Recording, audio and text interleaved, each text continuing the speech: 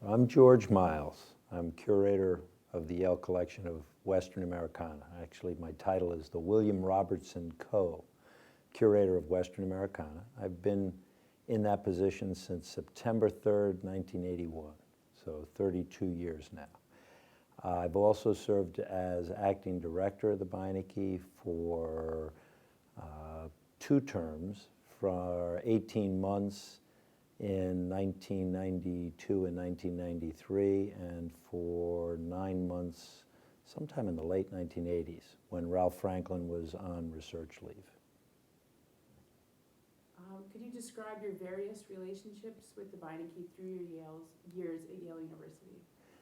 The first time I used the Beinecke reading room was the spring of 1974.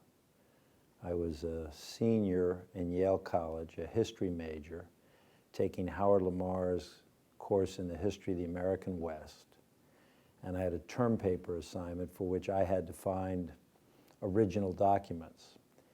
And I learned about a collection of newspaper transcripts that the distinguished Western historian and editor Dale Morgan had prepared. He'd gone through newspapers at the Library of Congress and other repositories around the country, and he'd transcribed every reference to Mormons, Native Americans, or the fur trade that he could find in American newspapers from 1820 to 1840. So I came in and used those files for a research paper. As a graduate student at Yale, I didn't make much use of Beinecke because my primary research interests were in colonial American history, and I was using edited documents in Sterling for much of my original research. But Howard's graduate seminar in Western and frontier history met weekly in Beinecke, and so I'd come in every Wednesday afternoon from 1:30 to 3:30 for 2 semesters. And Archie Hanna at the time would put out a group of material from the collection. So I began to learn about the resources for the far west, for the Trans-Mississippi West from that period. When I was beginning to look for a job in graduate school in the winter of 1980-81, Howard said to me, "Archie's decided to retire. Would you be interested in the position at Beinecke?" Thought it never crossed my mind, but the more I thought about it, the more I became interested in it, applied for the position, and was fortunate enough to be offered it. So I started in September of '81. Beinecke's changed a lot in multiple ways since I started working here. One story I've told for a long time is that when I walked in the building in September of 1981, there was one computer terminal that was hardwired to a mainframe on Whitney Avenue. And that was the only sign of the emerging electronic revolution that would dramatically change libraries everywhere. The next year, I took a class at the Computer Center, as it was then called, in how to work with a microcomputer. The IBM PC had just come out, dual floppies, no hard drives, 64 kilobytes of memory, I think it was. And so I started to work on that. When Ralph Franklin was hired as director in the fall of 1982, Ralph came from a very sophisticated technological background. He'd been principal organizer and administrator of the Washington Library Information Network, WLN, which was one of the early efforts at networking library information in the country. And Ralph immediately seized upon microtechnology as a way to enhance Beinecke's productivity and staff efficiency. And so we began purchasing IBM computers for staff.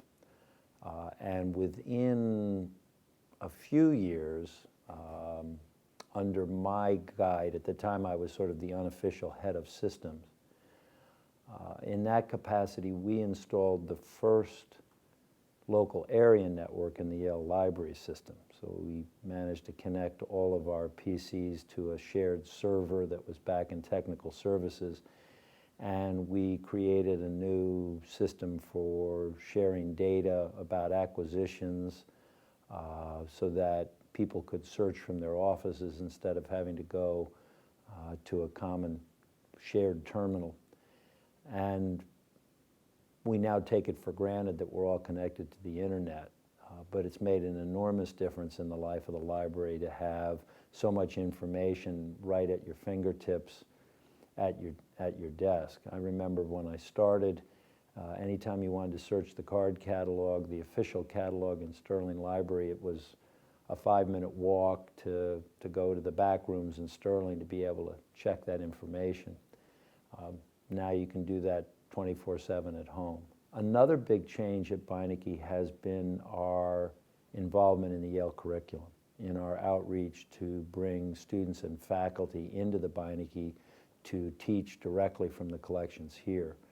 As a graduate student, I took Howard Lamar's class, so I had a sense of what was possible in that. And when I became curator, I continued that tradition of trying to host graduate seminars and even undergraduate classes here at Beinecke.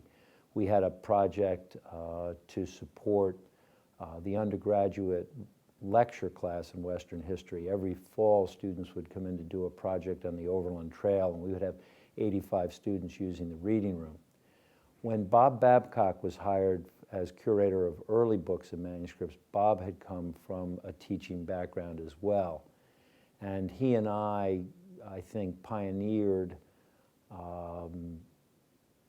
a really aggressive outreach program to faculty, to the point that we began to fill rooms 28 and 15, our two small classrooms that sort of filled at 12 on a regular basis. And one of the big transformations was in the late 1990s. One of Ralph Franklin's last major initiatives as director was to do a major renovation of the stacks in the building so that we could create more teaching space. And the room we're in right now, where we're filming right now, used to be book stacks, used to hold I think it was the German literature collection. We gave up some of that stack space. We put in compact shelving to make up for the space we gave up, and we put in new classrooms so that we can now accommodate extra seminars, larger seminars, small lectures. And that has, I think, been a major transformation in Beinecke becoming a far more integrated part of the Yale curriculum. The other change that's happened is we're just a much, much larger organization. When I began here, the entire staff of the library was about 25 people. There were 6 professional librarians. There was no archival processing unit. We had 2 security officers who alternated work. We never had more than one on duty at a time. We've now grown to be close to 100 staff members. I think we're over 24 professional librarians and archivists now, probably approaching 36. We have an enormous commitment to public service, so the staff of the public services unit is about 3 times the size of what it was when I started. That's changed the scale of operations. It's made Beinecke a much more robust, but in some ways a less intimate place. But I think it's inevitable, and it's made for a real improvement in the services we offer to the readers. At the same time, Beinecke hasn't changed at all. It's still following the same core mission that it was when I started here. It's all about building extraordinarily diverse and rich collections of primary source materials that document human intellectual and social and cultural activity, about taking great care of those collections, about describing them well so that people know what we have and can come here to pursue research and discovery. And it's about facilitating that process of research and discovery that goes on in the reading room. And I think that, as I say, that hasn't changed at all in my opinion. The mission is the same it's always been. I think one of the biggest changes that's going to happen at Beinecke going forward is coming to grips with the opportunity to make our material available outside the reading room through digital surrogates and the internet.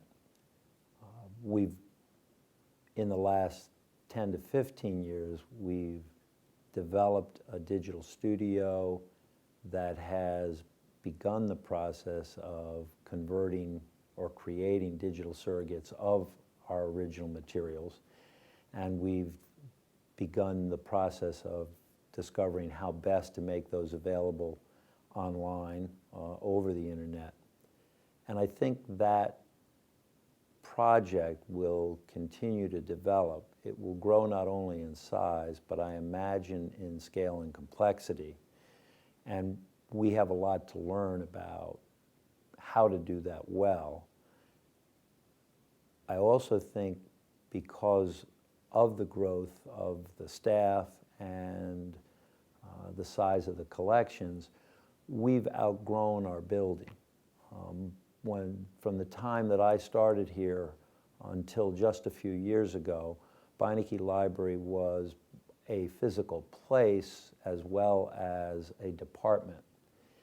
Increasingly over the last decade, the department, the unit, the Beinecke Library as a part of the broader Yale University Library and of the university system has outgrown the building. We're no longer simply a single operation in one place. And that has a lot of pluses and minuses, benefits and costs. With additional space, we're able to do things that we would otherwise not be able to take on. We can continue to build the collections and know that they'll be well stored and well cared for in safe, secure, environmentally sound circumstances. But at the same time, we've lost the ability to quickly browse a collection. As a curator, I can no longer tell somebody on the phone, I'll call you back in 5 minutes, let me go look at something. It may take me 24 hours before I can consult material. We've added space for processing.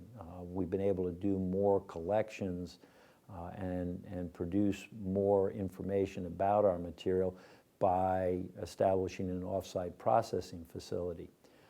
But that means that some of our staff don't see each other on a daily basis. And the kind of intimate and deeply personal relations that were easy to develop when we all worked in one building are lost. A little bit of that is lost. So we gain and we lose by that. And I think that the challenge of organizing and managing a larger staff will be one of the great issues that will concern the director over the next 5 to 10 years.